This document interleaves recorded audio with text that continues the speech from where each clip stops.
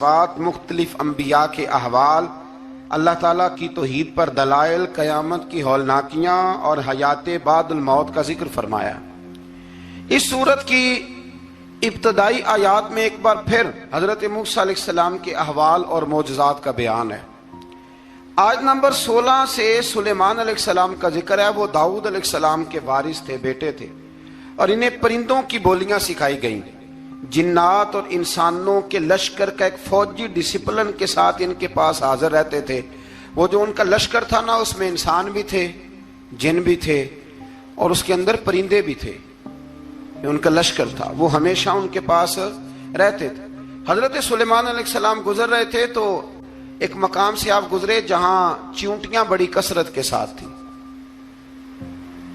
تو ایک چیونٹی جو ان چیونٹیوں کی سردار تھی، ان چیونٹیوں کی بڑی تھی، اور مفسرین کرام نے یہ بھی لکھا ہے کہ وہ تھی بھی ایک آنکھ اس کی کوئی نہیں تھی، ایک ٹانگ اس کی کوئی نہیں تھی، لیکن اس حال میں بھی وہ چیونٹی جو تھی وہ چیونٹیوں کی قیادت کر رہی تھی۔ تو حضرت سیدنا سلیمان علیہ السلام کا لشکر جب وہاں سے گزرا تو وہ کہنے لگی یا ایھا النمل ادخلوا مساکنکم، کہنے لگی چیونٹیوں اپنے بلوں میں گھس جاؤ، کہیں ایسا نہ ہو کہ سلیمان علیہ السلام کا لشکر بے دہانی میں سلیمان کا لشکر توجہ نہ کرے اور تمہیں پاؤں کے نیچے مسل دے، لہذا اس طرح کرو کہ تم اپنے اپنے بلوں میں گھس جاؤ۔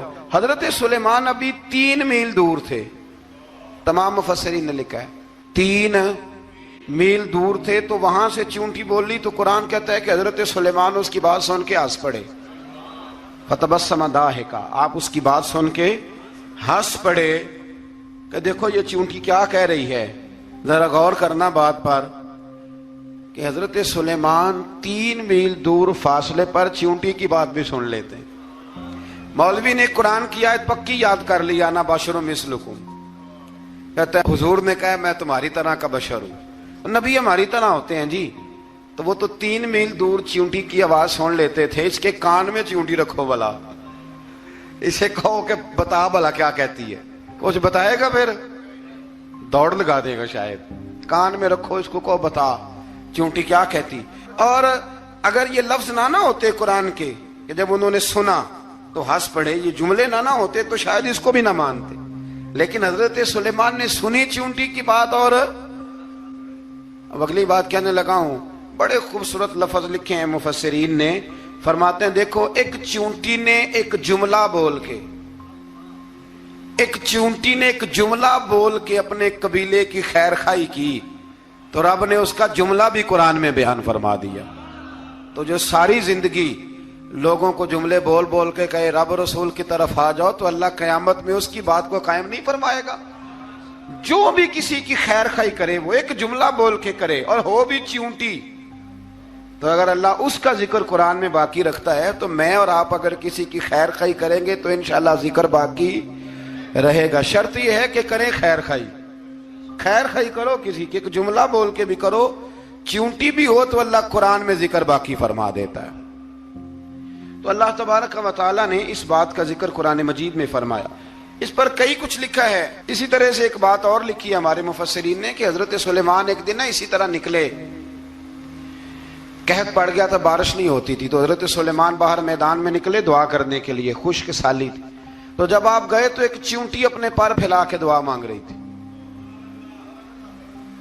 تو رب کریم نے فرمایا سلیمان آپ واپس چلے جائیں، بارش آ جائے گی پر آئے گی چیونٹی کی دعا پہ۔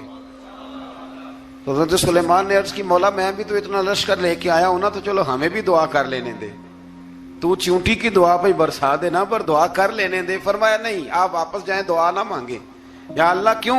فرمایا چیونٹی کا دل ٹوٹ جائے گا، وہ تو کہے گی کہ یہ سلیمان کے لشکر دعا پہ پھر بارش آئی ہے، تو آپ نہ کریں تاکہ اس کے دل میں یہ بات رہے کہ نہیں میرے رب نے میری دعا پہ بارش فرمائی، آپ جائیں، آج بارش آئے گی پر آئے گی چیونٹی کی دعا پہ۔ تو جو چیونٹی بارش کی دعا کرے قوم کے لیے، اللہ اگر اس کا ذکر قائم رکھتا ہے تو جو اپنی قوم کے لیے ہدایت کی دعا کرے، اور کبھی کبھی گردن جھکا کے دیکھا کرو کہ دل میں رسول اللہ کی امت کا درد کتنا ہے۔ اگر کہیں حضور کی امت کا درد ہے تو پھر انشاءاللہ ذکر قیامت تک باقی رہے گا، پھر انشاءاللہ قیامت تک آنے والی نسلیں بھی آپ کا ذکر کریں گی۔ اگر حضور کی امت کا درد سینے میں موجود ہے. اسی طرح سے پھر حضرت سلیمان کے لشکر میں نا ایک ہدہد نامی پرندہ بھی تھا، لشکر کا کارکن تھا پرندہ. ہدہد غائب تھا تو حضرت سلیمان کہنے لگے کدھر گیا وہ ہدہد؟ نظر نہ آ جایا سخت سزا دوں گا. یہاں تو کوئی اچھی خبر لائے گا، چونکہ وہ ہدہد پرندہ جاتا تھا تو خبریں لا کے دیتا تھا، ورنہ سزا دوں گا. اتنی دیر میں ہدہد بھی آ گیا. یہ پرندے جو کارکن ہوتے ہیں بڑے سیانے ہوتے ہیں، کبھی بندہ ناراض ہو تو صحیح خبریں لے آتے ہیں. تو صحیح خبر لے کے آ گیا. آتے ہی آ کے بیٹھا تو اس نے حضرت سلیمان علیہ السلام نے کہا کہاں تھے؟ عرض کرنے لگا حضور میں ملک سبا گیا تھا، وہاں ایک عورت حکمرانی کرتی ہے، اس کا نام بلقیس ہے، بہت بڑے تخت پہ بیٹھتی ہے، 80 گز اس کا تخت لمبا ہے، 40 گز چوڑا ہے، اور شاید 80 من کے 80 ٹن اس کا وزن ہے. تو حضور وہ سورج کو پوچھتے ہیں. تو حضرت سلیمان نے فوراً خط لکھا، فرمایا جا کے اسے میرا خط دے دو کہ یہاں تو کلمہ پڑھ کے ہماری فرما بردار بن جائے، ورنہ تیار ہو جائے. جو اللہ کے غیر کو پوچھتے ہیں ہم ان کے خلاف جنگ کریں گے. وہ جب لے کے گئے نا خط یہ حدود گیا تو وہ میٹنگ کر رہی تھی، اس کے وزیر مشیر سارے بیٹھے تھے. اس نے جا کے خط پھینک دیا ملکہ بلقیس کی جھولی میں. اس نے خط پڑھا تو ڈر گئی، وزیروں کو بلایا. حضرت سلیمان، قرآن کہتا ہے حضرت سلیمان نے کہا تھا خط پھینک کے نا تو سائڈ پہ ہو کے سننا وہ کیا کہتا. بندوں کے لیے منع ہے، پرندوں کے لیے جائز ہے. بندوں کے لیے منع ہے سائڈ پہ ہو کے سننا. ہاں جس کی جاسوسی کی ڈیوٹی ہو، کفر کی جاسوسی کی، اس بندے کے لیے بھی جائز ہے. تو یہاں ایک تو وہ پرندے تھے، دوسرا کفر کی جاسوسی کر رہے تھے. سائڈ پہ ہو کے سننے لگے تو ملکہ بلقیس کہنے لگی اب کیا کرنا ہے، یہ خط آیا ہے. تو وہ کہنے لگے ہم تیار ہیں، آپ حکم کریں، ہم لڑنے کو تیار ہیں، لڑیں گے. وہ کہنے لگی نہیں تیزی نہ دکھاؤ. قرآن مجید کہتا ہے کہ وہ کہنے لگی جب لڑائیاں ہوتی ہیں تو شہر تباہ ہوتے ہیں، ملک کھنڈر بن جاتے ہیں، لڑائی مسئلے کا حل نہیں ہے. انہوں نے کہا کہ میں نبی ہوں.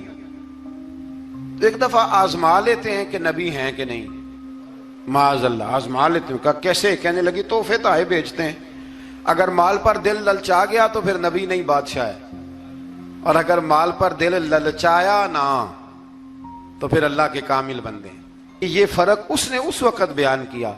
اس نے 500 کنیزیں، 500 غلام، بڑے شاندار لباس پہنا کے، 500 گھوڑا بڑا تگڑا، اس کے اوپر مال و اسباب رکھ کے تیاری کرا کے حضرت سلیمان کی طرف بھیجا. ہدہد پہلے سے خبر لے کے آ گیا.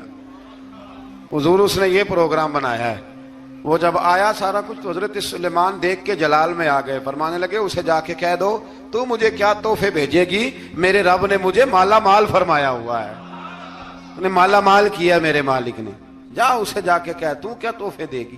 جب رب دیتا ہے تو پھر کوئی کمی نہ وہ نہیں چھوڑتا. بندے کیا دے سکتے ہیں؟ بندے تو بیچارے 10 دے کے تو 10 دن ان کی آنکھیں نہیں کھلتی. فرمایا مجھے اللہ نے جو دیا ہے کیا بات ہے اس کے دینے کی. تو فرمایا اسے کہو یا فرما بردار ہو کے آ جائے یا جنگ کے لیے تیار ہو جائے، ہم اسے اس کے شہر سے ذلیل کر کے نکال دیں گے. اس نے جا کے جب پیغام دیا تو اور ان لوگوں نے بھی آ کے بتایا کہ وہاں تو ہم عجیب منظر دیکھ کے آئے ہیں کہ جانور بھی ہاتھ باندھے کھڑے ہیں، وہاں تو جنات، سرکش جنات کھڑے ہیں. وہ بادشاہ نہیں، وہ نبی ہیں. وہ جو 500 غلام اور 500 کنیزیں گئی تھی حوال سنایا آ کے. تو ملکہ بلقیس نے پھر خط لکھا کہ میں فرما بردار ہو کے آ رہی ہوں.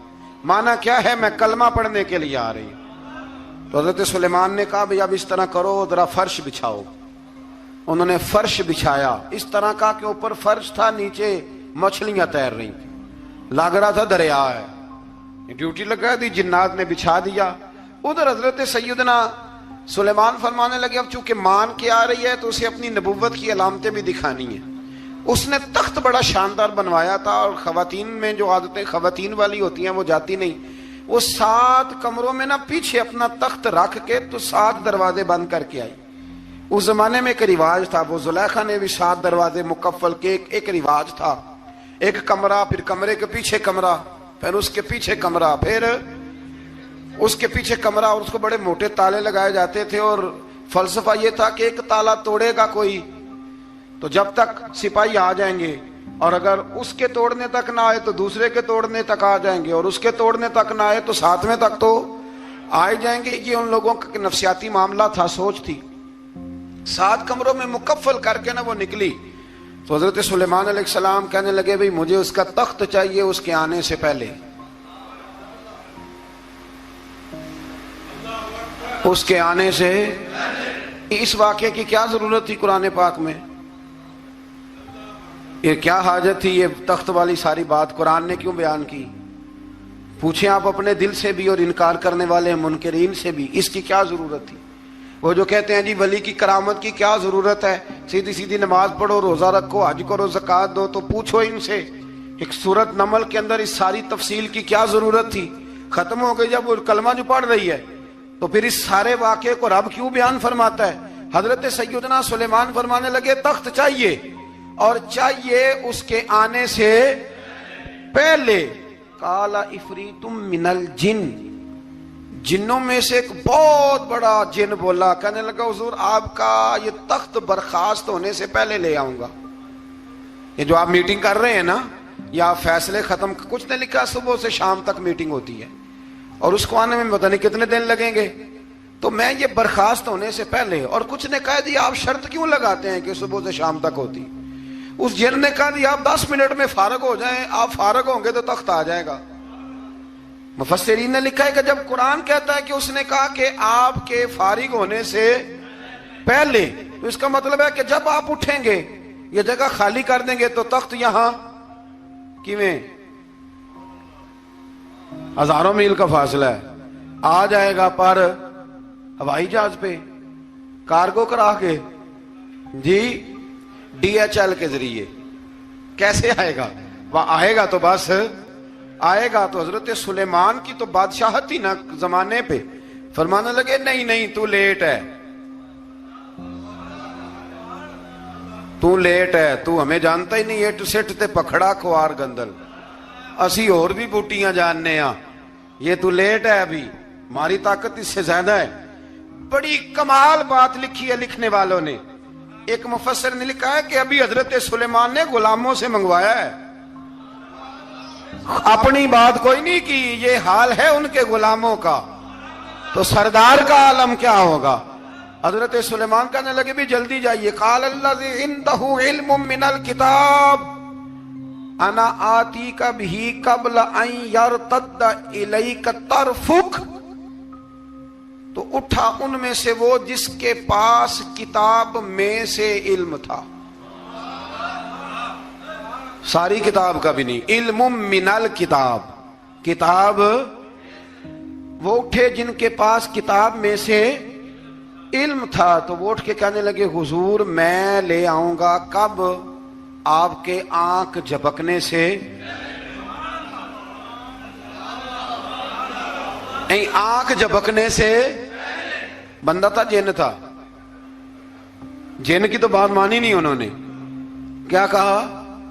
آنکھ جھپکنے سے، میں آنکھ جھپکنے سے پہلے لے آؤں گا۔ تو حضرت سلیمان کہنے لگے تو ٹھیک ہے چل لا، پھر لا، پھر آنکھ جھپکنے سے بڑے ہی نہیں، پھر غصہ نہیں آتا ان پہ، پھر غصہ نہیں آتا۔ میرے شیخ کامل، مرشد اکمل، شیخ بحر و بار، حضور غوث پاک جیلانی، حضرت غوث اعظم یوں کر کے شاگردوں کو، مریدوں کو سبق پڑھا رہے تھے، پڑھاتے پڑھاتے ہاتھ آگے کیا، اور جب ہاتھ واپس آیا تو بھیگ گیا تھا سارا۔ تو شاگرد کہنے لگے حضور یہ کیا ہے؟ فرمایا تمہیں نہیں سمجھ آئے گی، چھوڑو تمہارے والی بات نہیں، خاصاں دی گل عامہ آگے نہیں مناسب کرنی، رہنے دو تم۔ کچھ وقت گزرا تو کچھ لوگ آ گئے، ابھی کلاس ختم نہیں ہوئی تھی، کپڑے بھیگے ہوئے ہو، وہ شاگرد پہلے ہی منتظر تھے، کہا تمہیں کیا ہوا؟ کہنے لگے دریا میں جا رہے تھے، اچانک ہچکولیں آنے لگے، تو ہم نے کوئی کسی بے عمل کا بازو تو نہیں نہ تھاما، ہم غوث اعظم کے ماننے والے ہیں، تو دریا میں کہا یا شیخ عبد القادر جیلانی شیئا للہ، اللہ کے راستے میں مدد کرو۔ تو کہنے لگے بس ایک ہاتھ ہی آیا ہے، اور یوں کشتی کھینچ کے باہر نکالی ہے۔ تو اب وہ شاگرد سارے چپ کر گئے، کہنے لگے جواب کیوں نہیں دیتے؟ انہوں نے کہا تم نے ہاتھ دیکھا ہے پہنچتا ہوا، اور ہم نے ہاتھ دیکھا یہاں سے جاتا ہوا، تم نے پہنچتا ہوا دیکھا ہے تو ہم نے حضرت بہاؤلک نقشبند بخاری، ان کی ایک مریدنی تھی، اوپر چبارے پہ کسی نے اس کی عزت پہ ہاتھ ڈالا، چبارے پہ اوپر والی منزل پہ، اس مریدنی نے اپنی عزت بچانے کے لیے چھلانگ لگا دی۔ جب وہ نیچے گر رہی تھی تو حضرت بہاؤلک نقشبند بخاری پہنچ گئے، نیچے کوئی ایسا بندوبست کر دیا، کوئی چارپائی بچھا دی، کوئی ایسا جس پہ وہ آ کے آرام سے گری اور بچ گئی۔ حضرت صاحب کی طرف دیکھ کے کہنے لگی کہ حضور آپ کب آئے؟ فرمانے لگے پتر جب تو چبارے سے چلی تھی تب میں بخارے سے چلا تھا، جب تو چبارے سے چلی تھی نا تب میں بخارے سے چلا تھا، اور تیرے نیچے آنے تک میں بھی پہنچ گیا ہوں۔ میں بھی مالی دا کم راکھی کرنا، پل کچے ہون یا پکے، اے پیر مریداں دے سر تے ہی رہندا ہے، اے جھوٹے ہون یا سچے، یہ پکی غلامی کریں یا کچی کریں، پیر کی بھی مجبوری ہوتی ہے، کیا کریں، پیر مریداں دے سر تے ہی رہندا ہے، اے جھوٹے ہون یا سچے، کیا کیا جا سکتا ہے۔ لیکن نا نافرمان بیٹے کا بھی تو جائیداد میں حصہ ہوتا ہے نا، نافرمان بھی ہو تو جائیداد میں حصہ، تو چلو باپ ناراض رہے گا تو اللہ ناراض رہے گا، بات الگ ہے، پر جائیداد کا حقدار تو ہے نا، چاہے نافرمان ہی ہے۔ پیر مریداں دے سر تے ہی رہندا ہے، اے جھوٹے ہون یا۔ پھر وہ تخت آ گیا تو حضرت سلیمان سے پوچھا یہ کیا ہے؟ قال ھذا من فضل ربی، فرمانے لگے کچھ بھی نہیں۔ حضرت سلیمان کہنے لگے یہ میرے رب کا فضل ہے۔ شاید سب مفسرین نے بڑی بڑی باتیں کی ہوں، پر یہاں ایک قاضی ثناء اللہ پانی پتی رحمت اللہ علیہ کا فقرہ میں پڑھ رہا تھا، بڑا مزہ آ رہا تھا۔ قاضی صاحب فرمانے لگے اس آیت پہ، قاضی صاحب کہتے ہیں جن پر نرا فضل تھا، ھذا من فضل ربی، نرا فضل، فرمایا ان کی تو اتنی طاقت ہے کہ وہ ہزاروں میل دور سے 80 گز لمبا 80 گز چوڑا تخت آنکھ جھپکنے سے پہلے لے آتے ہیں، اور جن کے بارے میں اللہ فرماتے ہیں بشر المؤمنین بِأَنَّ لَهُم مِّنَ اللَّهِ فَضْلًا كَبِيرًا، فرمایا محبوب اپنے غلاموں کو خوشخبری دے دیں، باقیوں پہ نرا فضل تھا، ان پر تو فضل کبیر ہے، ان پر تو بڑا ہی فضل ہے اللہ کا۔ تو فرمایا جن پر فضل کبیر ہو، ایک نہیں، اس پر میں بڑے دلائل دے سکتا ہوں، کرامات اولیاء پر میں بڑے ہی دلائل دے سکتا ہوں، بڑے۔ غوث اعظم رضی اللہ تعالیٰ عنہ کے پاس بادشاہ آیا تو کہنے لگا پیر تب مانوں گا جب سیب کھلائیں گے، سیب کا موسم ہی نہیں تھا۔ تو حضرت صاحب آتے ہی اسے کہنے لگے اب تو میری ولایت کو سیبوں پہ تو نہ تول، اب سیب کھلائے تو ولی یا نہ کھلائے تو ولی کوئی نہیں، یہ تو اب میری ولایت کو سیبوں پہ تو نہ تول۔ تو حضرت صاحب نے یوں ہاتھ اٹھایا تو اللہ نے 2 سیب عطا فرمائے۔ تو وہاں جملہ ہے حضور غوث اعظم کا، فرمانے لگے اگر اللہ حضرت مریم سلام اللہ جو بنی اسرائیل کی ولیہ ہیں، ولی ہے نا، وہ نبی تو نہیں نا، عورت نبی نہیں ہو سکتی، فرمایا اگر اللہ انہیں بغیر موسم کے پھل دے سکتا ہے میں تو محمد عربی کا نوکر ہوں۔ فرمایا اب نہ 2 سیب آئے تھے، تو وہ کہنے لگا میرے تو دل میں 1 سیب تھا نا، تو حضور غوث اعظم نے نا 1 سیب مجھے دیا، 1 میں نے کھایا تو 1 غوث پاک کھانے لگے۔ کہتے ہیں میں نے وہ منہ میں رکھا، ذرا ترش تھا، تو میرے چہرے کا وہ رنگ دیکھ کے نہ اثر دیکھ کے کہ تلخی محسوس، تو غوث اعظم کہنے لگے میرے والا کھا۔ تو 1 انہوں نے کاٹ کے ٹکڑا دیا، کہتے کھایا تو بڑا میٹھا تھا، تو میں نے کہا حضور آئے تو دونوں ہی غیب سے ہیں، تو آپ کے والا میٹھا ہے میرے والا کڑوا ہے، تو آپ فرمانے لگے آئے تو دونوں غیب سے تھے، پر ایک کو ذرا ظالم کے ہاتھ لگ گئے ہیں نا، اس کو تنبیہ بھی کر دی کہ ظلم سے باز آ جا، تنبیہ بھی کر دی، پر میں ہاتھ ظالم کے لگے اس لیے ترش ہو گیا، سیانا بن، 1 نہیں 20 درجنوں۔ لیکن پتہ نہیں کیوں لوگ اڑ گئے، پتہ نہیں کیوں کڑ کے آ گئے کرامت اولیاء کے معاملے میں۔ بالکل ابھی کسی حدیث میں یہ نہیں آیا کہ اس زمانے میں ولی ہوں گے تو اس زمانے میں ولی نہیں ہوں گے۔ حضور نے فرمایا میری امت کبھی گمراہی پر جمع نہیں ہوگی۔ اقبال کہتا ہے اولیاء کیا ہوتے ہیں؟ اولیاء کیا ہیں؟ جواسیس القلوب۔ اقبال کہتا ہے ولی کا بہت بڑا ولی تم نے دیکھنا ہو تو اسے دیکھو جو تیرے دل کا جاسوس ہے۔ چلو یہ مشکل بات ہے، میں نہیں چھیڑتا، لیکن جو تیرے وہ جاسوسی کرتا ہے، پر کرتا ہے تیرے دل کی، وہ تیرے دل کا جاسوس ہوتا ہے ولی۔ اور اس پر حضور کی حدیث ہے، فرمایا اس کی فراست قلبی سے ڈر، یہ اللہ کے نور سے دیکھتا ہے، ڈر اس کی فراست قلبی سے، اللہ توفیق عطا فرمائے۔ 12 اس ولی کا نام تھا آصف بن برخیہ۔ آصف بن برخیہ جی حضرت سلیمان کے وزیر تھے۔ وہ آئی ملکہ بلقیس، اور جب وہ آئی نا تو اس نے دیکھا کہ یہ تو آگے سامنے حضرت سلیمان بیٹھے ہیں، اور جو رستہ ہے نا درمیان میں وہ فرش ہے کہ دریا ہے سمجھ نہیں آ رہی. تو اس نے نا اپنا یوں کر کے اوپر کپڑا اٹھانا شروع کر دیا کہ نیچے پانی ہے. تو حضرت سلیمان کہنے لگے چلتی آ, نیچے کچھ بھی نہیں. اس نے پیر رکھا, نیچے مچھلیاں بھی تیرتی جا رہی تھی. حضرت سلیمان علیہ الصلوۃ والسلام, آج بھی اللہ نے توفیق دیا نا لوگوں نے اس طرح کی تعمیر. روٹی کیوں پکی, جلال آ گیا. یہ کہاں کی شرافت ہے بھائی؟ جب تو نے پکا پکایا نہیں کھایا تھا تب بھی تو ہی تھا, اور آج تجھے, اور پھر اس سے آگے گزرتے ہم. ذرا نمک تیز کیوں ہے ہنڈیا میں اس. اور میرے پاس ایسے مسائل طلاق کے آتے ہیں کہ جناب بیوی نے ہانڈی ٹھیک نہیں پکائی تھی, خامد کو جلال آیا, اس نے کہا طلاق طلاق طلاق. لا حول ولا قوت. یہ کہاں کا انصاف ہے؟ ہنڈیا ٹھیک نہیں پکی, سالن میں مرچیں زیادہ ہیں, روٹی جو ہے وہ جلا دی ہے, تو نے ٹھیک طریقے سے پکائی نہیں, سالن کے ساتھ سلاد کیوں نہیں بنایا؟ بھائی ذرا تھوڑا سا خیال کر. اگر اللہ نے تجھے مرد بنایا ہے, وہ تجھے عورت بنا دیتا تو تو احتجاج کر سکتا تھا. اس نے تجھے اگر اشرف المخلوقات بنا دیا ہے تو اتنا تکبر, اتنا غرور. سنو رسول پاک علیہ السلام کا طریقہ.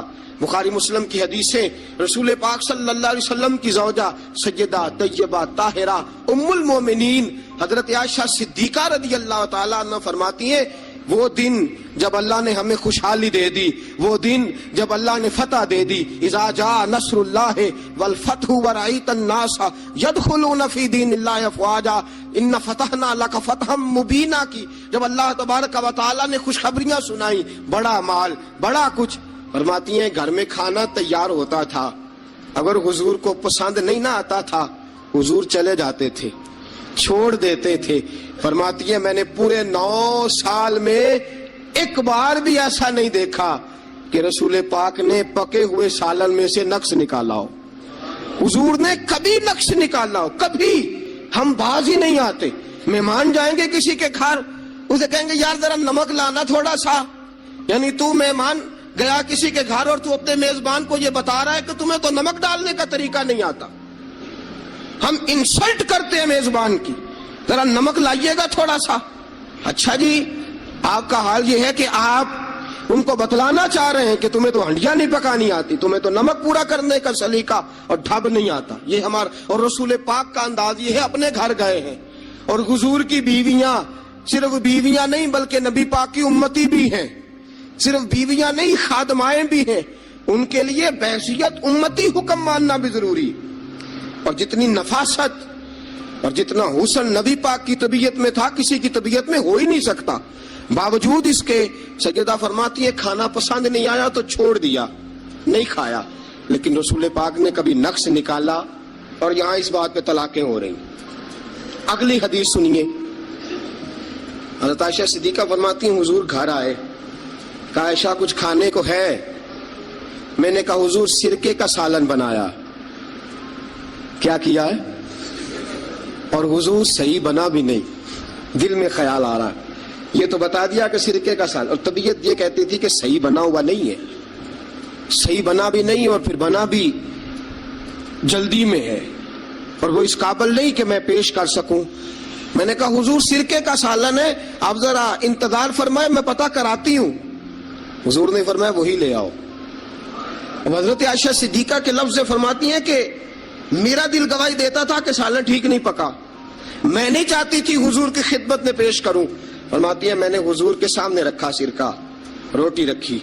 فرماتی ہیں اب میرا چہرہ اترا ہوا ہے, اب میں امید رکھتی ہوں اس بات کی کہ رسول پاک کچھ تبصرہ فرمائیں گے, امید ہے کہ حضور کو جملے کہیں گے.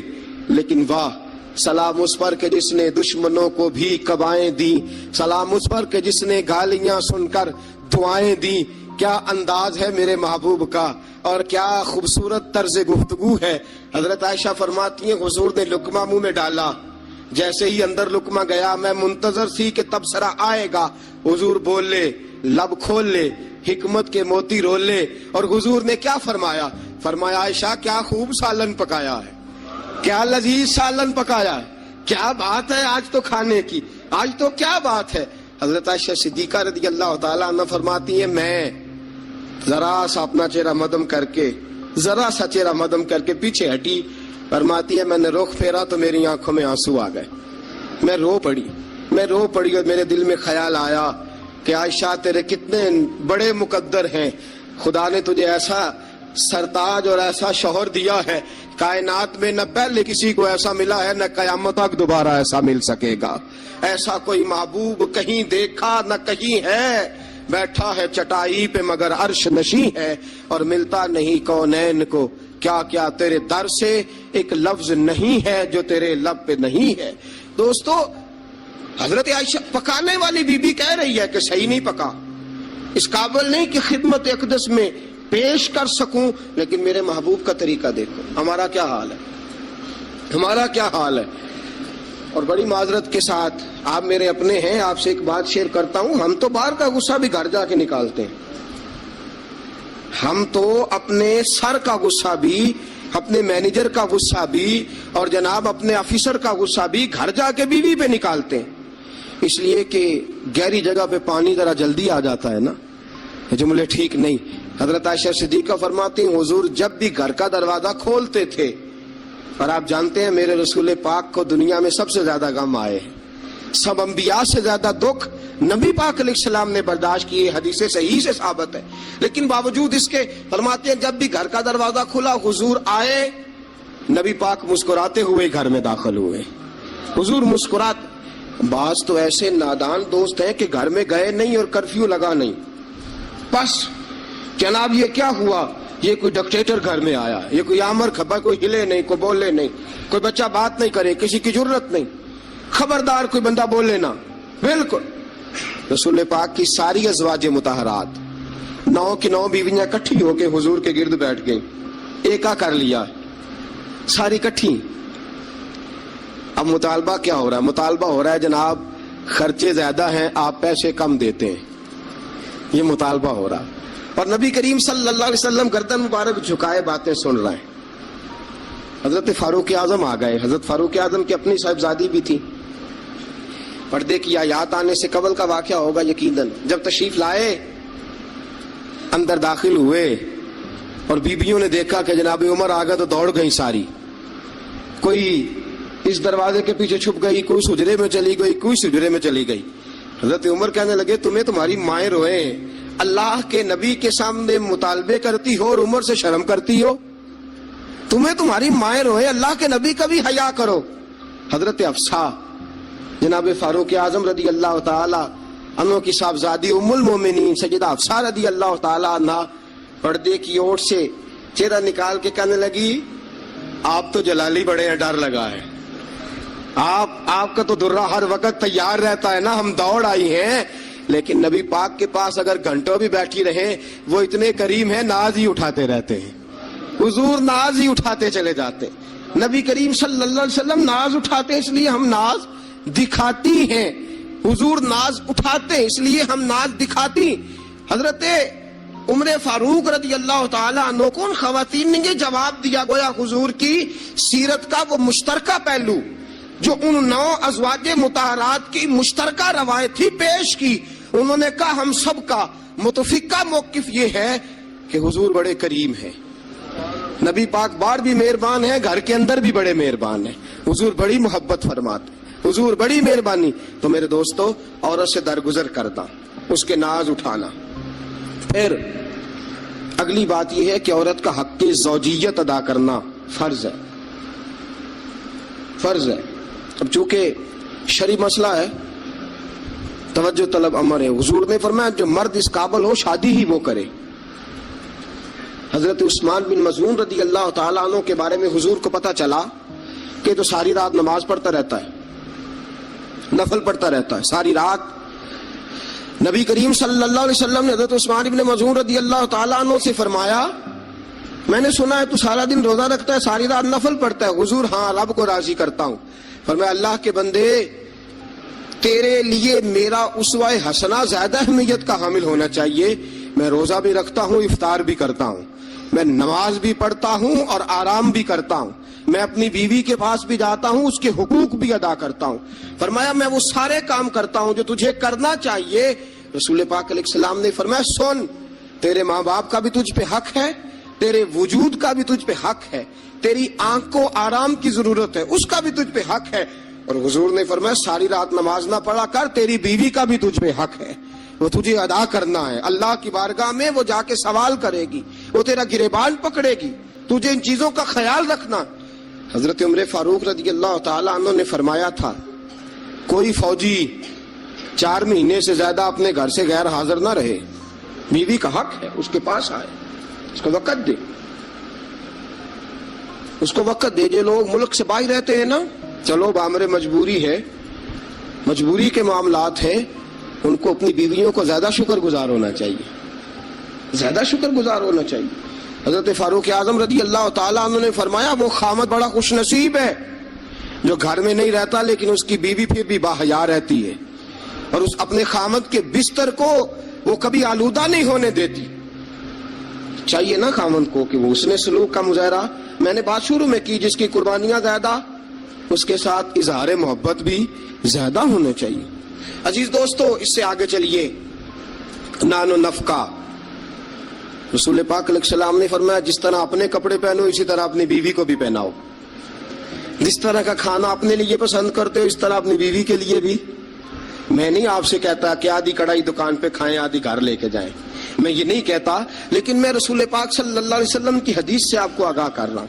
سید عالم صلی اللہ تعالی علیہ وسلم نے فرمایا, جو کھاؤ وہی بیویوں کو بھی کھلاؤ, جو پہنو وہی بیویوں کو بھی. اب سنیے اس سے اگلے لفظ حضور کے. نبی پاک علیہ السلام نے فرمایا, 1 دینار وہ ہے جو بندہ اپنے غلام کو دیتا ہے, بڑی بات ہے. 1 دینار وہ جو اللہ کی راہ میں صدقہ دیتا ہے. 1 دینار وہ جو بندہ اپنے دوست احباب کی خدمت کر. فرمایا یہ سارے ہی دینار خرچ کرنا بڑے اچھے ہیں, لیکن فرمایا سب سے زیادہ ثواب اسے اس دینار کا ملے گا جو وہ اپنی شریک حیات اپنی بیوی پہ خرچ کرے گا. سب سے زیادہ اسے اس کا اجر ملے گا جو اپنی بیوی پہ وہ پیسہ خرچ کرے گا, سب سے زیادہ اس پہ اجر ملے گا. ایک ہے نان و نفقہ, اور اعلیٰ حضرت نے لکھا کچھ اضافی خرچہ بھی دو اسے, اور جب اسے تھوڑا بہت اضافی خرچہ دو تو بعد میں حساب بھی نہ مانگو. حساب اعتماد ہونا چاہیے, تمہیں اعتماد ہونا چاہیے کہ تمہاری بیوی کوئی غیر شرعی حرکت نہیں کرتی, لیکن اگر تم اسے اضافی خرچہ دو تو اس سے حساب دیکھیں. اس میں کتنے میٹھے پہلو ہیں. ہو سکتا ہے کہ اس کے میکے میں کوئی حاجت ہو تو وہ کسی طریقے سے پوری کرتی ہو سکتا ہے کچھ ایسی ضروریات زندگی ہوں جن کو وہ اپنے خامند کے سامنے بیان کرنا اپنے خاندان کی عزت کے لائق نہ سمجھتی ہو. اسے دو خرچہ اضافی, لیکن بعد میں اس سے استفسار نہ کرو. ہاں اگر تمہیں شک ہے تو کوئی ایسا کام ہو رہا ہے جو گھر کی عزت کے خلاف ہے, پورا اختیار حاصل ہے تمہیں بات کرنے کا. جاگیے ذرا, آنکھ کھولیے اور میری بات بڑی توجہ سے سنیے. نبی اکرم صلی اللہ تعالی علیہ وسلم, نعرہ رسالت یا رسول اللہ, نعرہ حیدری یا علی,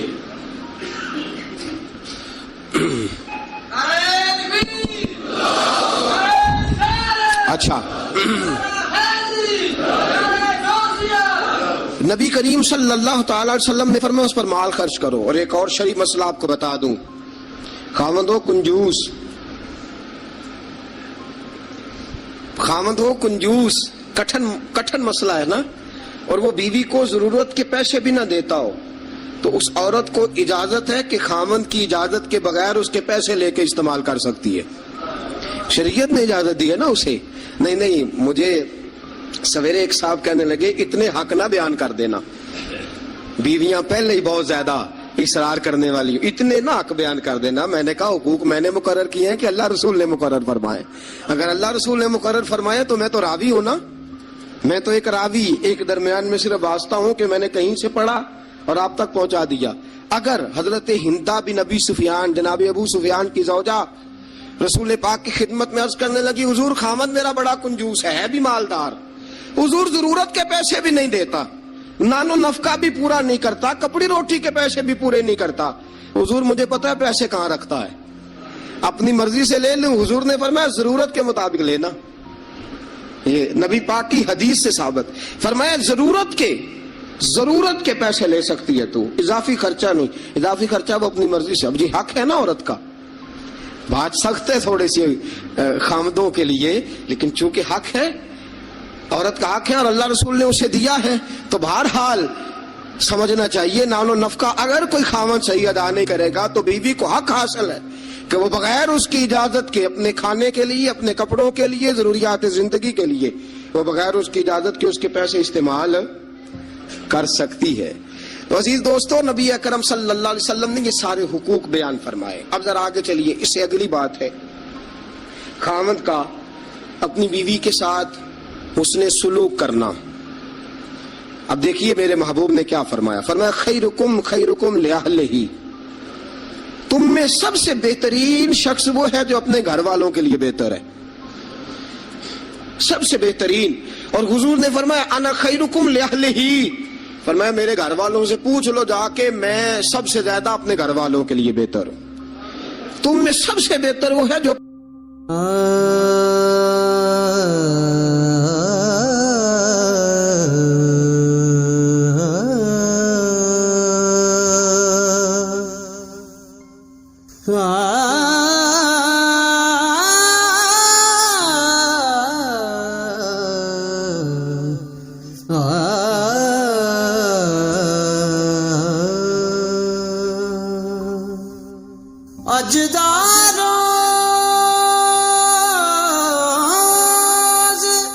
اپنی بیوی بچوں کے لیے بہتر ہے, گھر والوں کے لیے.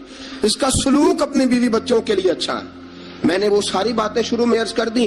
تعدیباً عورت کو ہلکی پھلکی سزا دینے کی اجازت دی, لیکن ساتھ ساتھ جو حقوق متعین فرمائے, حسن اخلاق کا جو مظاہرہ فرمایا, میٹھی بات کرنے کا حکم دیا, عورت کے ساتھ نرم لب و لہجہ اختیار کرنے کا حکم ارشاد فرمایا.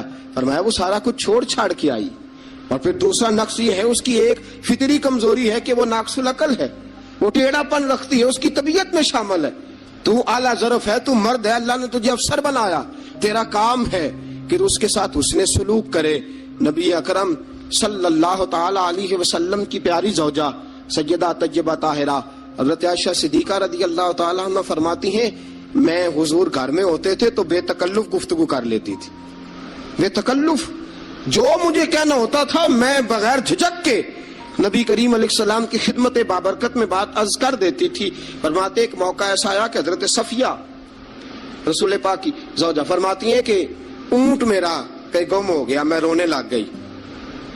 اونٹ گم ہوا اور میں رونے لگ گئی.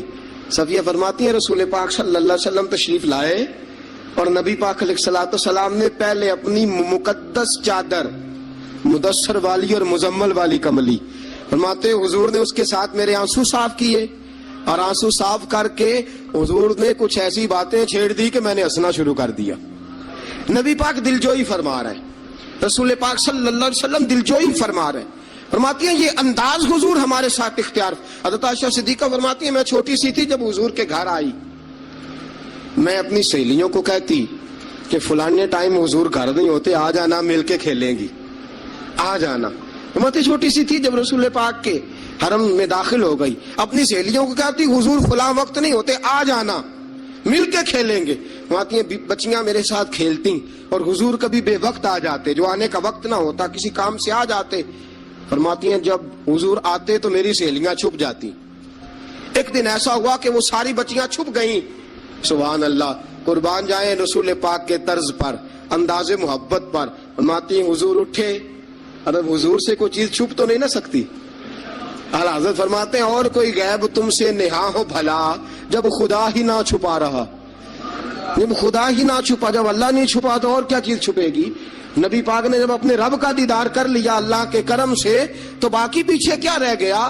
حضور سے کچھ, حضور اٹھتے اور جس دروازے کے پیچھے کوئی بچی چھپی ہوتی حضور اسے پکڑ کے لاتے, لا کے حضرت عائشہ فرماتے میرے پاس بٹھاتے, پھر دوسری کو پکڑ کے لاتے, تیسری کو, چوتھی کو, پانچویں کو, سب کو پکڑ کے لاتے.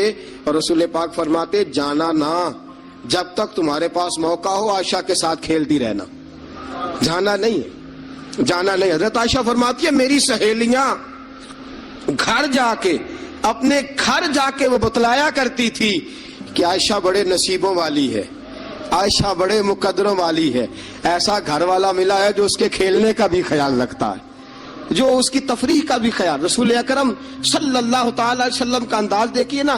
سیدہ عائشہ صدیقہ فرماتی ہیں مسجد نبوی میں حبشی بچے نیزوں سے کھیل رہے تھے, نیزوں کے ساتھ کھیل رہے تھے, اور نبی پاک علیہ السلام نے فرمایا عائشہ ادھر آؤ, بچے حبشی مسجد کے دروازے پہ نیزوں کے ساتھ کھیل رہے ہیں, کھیل دیکھو گی.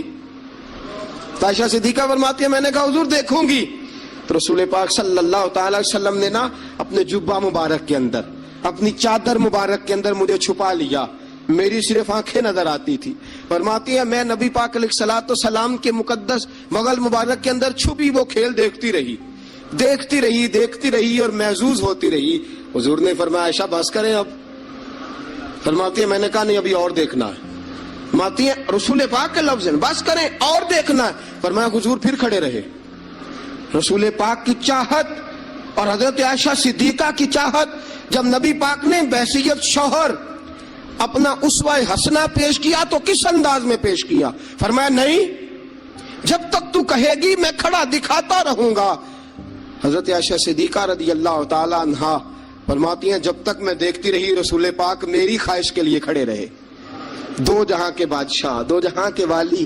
فرماتے ہیں کہ بی بی اس کی چاہت کے لیے حضور کتنی دیر کھڑے رہے. کتنے کام کرتے ہیں ہم اپنی بیویوں کی چاہت کے حوالے سے، اور کتنا ہم وقت صرف کرتے ہیں صرف اس لیے کہ آج چلو بیوی کی خواہش ہے اور ہم تھوڑی دیر کے لیے کچھ وقت ایسا نکالیں جو فقط ہمیں ایسا دے جس سے اس کی طبیعت کو ہم تھوڑا خوش کر سکیں. نبی اکرم صلی اللہ تعالی علیہ وآلہ وسلم کا انداز دیکھیے نا. حضرت عائشہ فرماتے ہیں کہ اللہ کے محبوب علیہ السلام ایک جنگ سے واپس آئے تو فرمایا عائشہ میرے ساتھ دوڑ لگاؤ گی؟ ہم سمجھتے ہیں تہذیب کے خلاف ہے. میں تو بڑا مہذب ہوتا ہوں جی، میں بڑا مہذب آدمی ہوں. اور ایک اور مصیبت ہے ہمارے ہاں، نبی پاک صلی اللہ علیہ وسلم عورتوں کے ساتھ گھر کا کام کاج بھی کراتے تھے. کیا خیال ہے آپ کا؟ عورتوں کے ساتھ گھر کا کام کاج بھی کیا خیال ہے آپ کا؟ ویسے یہ سنت ہے نا نبی پاک صلی اللہ علیہ وسلم. آپ کو جتنا مرضی کوئی تانا دے یہ بیوی کا مرید ہو گیا ہے، جورو کا غلام ہو گیا ہے. آپ کہہ سکتے ہیں میں مصطفیٰ کی سنت ادا کر رہا ہوں، میں نبی پاک صلی اللہ علیہ وسلم کی. اور نوجوان فخر کرتے ہیں باہر نکل کے میں نے نہیں کبھی بولنے دیا اسے. بھئی یہ اعلیٰ اخلاق کی بات نہیں ہے جو تو سنا رہا ہے، یہ اعلیٰ اخلاق والی بات نہیں کہ تو باہر بیٹھ کے کہے جی بھائی اس کی جرت ہے میرے سامنے بول جائے. یہ اعلیٰ اخلاق کی بات نہیں ہے. یہ اعلیٰ یہ کوئی جرت والا معاملہ ہے. عورت پہ جرت دکھانا بھی کوئی کمال ہے. رسول اکرم صلی اللہ تعالی علیہ وسلم نے فرمایا عائشہ دوڑ لگاؤ گی؟ حضرت عائشہ صدیقہ فرماتی ہیں کہ میں جوان تھی، میرا وجود اس وقت پتلا تھا. میں نے کہا حضور لگا لیں دوڑ. حضور سے زیادہ کوئی مہذب نہیں، نبی پاک سے زیادہ کوئی تہذیب کا علم بردار، نبی پاک سے زیادہ کوئی باوقار نہیں. لیکن میرے دوستو یہ انداز حضور نے کیوں اختیار فرمایا؟ تیری اور میری تربیت کے لیے اختیار فرمایا، تجھے اور مجھے درس دینے کے لیے اختیار فرمایا. اور نبی پاک سے زیادہ مصروف بھی کوئی نہیں. اگر کوئی یہ دعویٰ کرے کہ بڑا مصروف ہوتا ہوں، میں کیسے وقت نکالوں اپنی بیوی کے لیے؟ رسول پاک کی زندگی بڑی مصروف زندگی ہے، بڑی معنی خیز زندگی. ایک ایک لمحہ میرے محبوب کا مصروف ہے. لیکن آپ انداز کیا اختیار فرماتے ہیں؟ میں عائشہ چلو دوڑو. حضرت عائشہ صدیقہ فرماتی ہیں دوڑ لگائی اور میں جیت بھی گئی. دوڑ لگائی بھی، حضور پیچھے رہ گئے، میں آگے نکل گئی. فرماتے ہیں رسول پاک نے مجھے کھجوریں بھی عطا فرمائی، نبی پاک نے مجھے پانی بھی پلایا. دوڑتی تھک گئی.